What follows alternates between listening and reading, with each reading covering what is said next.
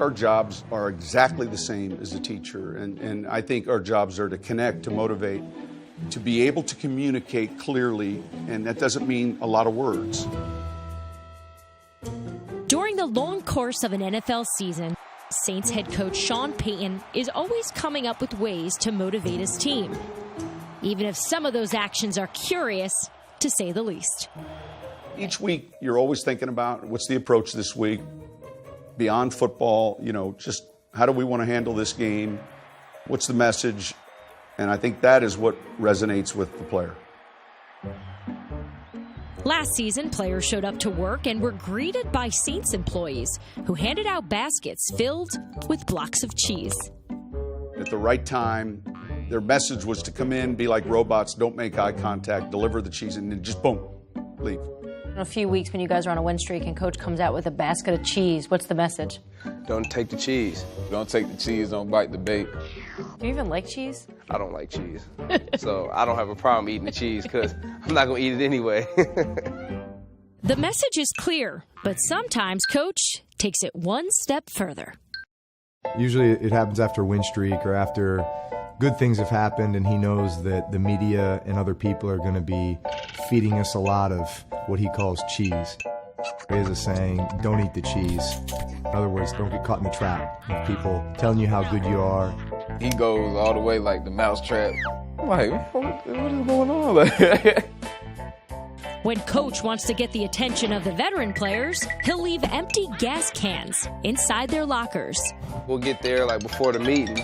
They're just looking at it like confused, like, why I have a gas tank in my locker? And it's just kind of funny seeing, like, they be like, you don't have one of yours? I'm like, no, I don't have no gas tank. Like, I don't know what the problem is. So he'll put the gas tank in the locker and be like, we need to go. You need to gas up. You need to, make sure you're not running low on gas. The empty gas cans are an old Bill Parcells tactic that Payton learned working alongside him in Dallas. The one thing about Bill is number one, he's got a great sense of humor, and he connected with all the players. And Payton has forged his own ways to connect with his players. This offseason, he took the team bow and arrow fishing on airboats on the bayou. Basically, you go out on the boat, kind of see a bunch of fish in the water, and then you have to try to put your arrow at it and shoot it and get it, but it's a lot harder than it looks. I was a little worried taking 90 players to the swamps with bows and arrows. It was good. It was unique. The message of this trip, simple. You realize you might be, a top guy when you go out there on the football field and compete, but then you're not really that good when we go boat fishing.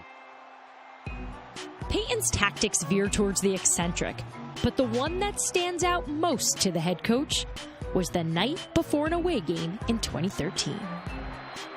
All week I'd been on about playing this game, so I had this fat guy's outfit on, with a basket of different cheeses, and came in, and there was some article about me, and so I made it a point of acting like I didn't take my own advice. I got so angry, I just ripped the fat costume off.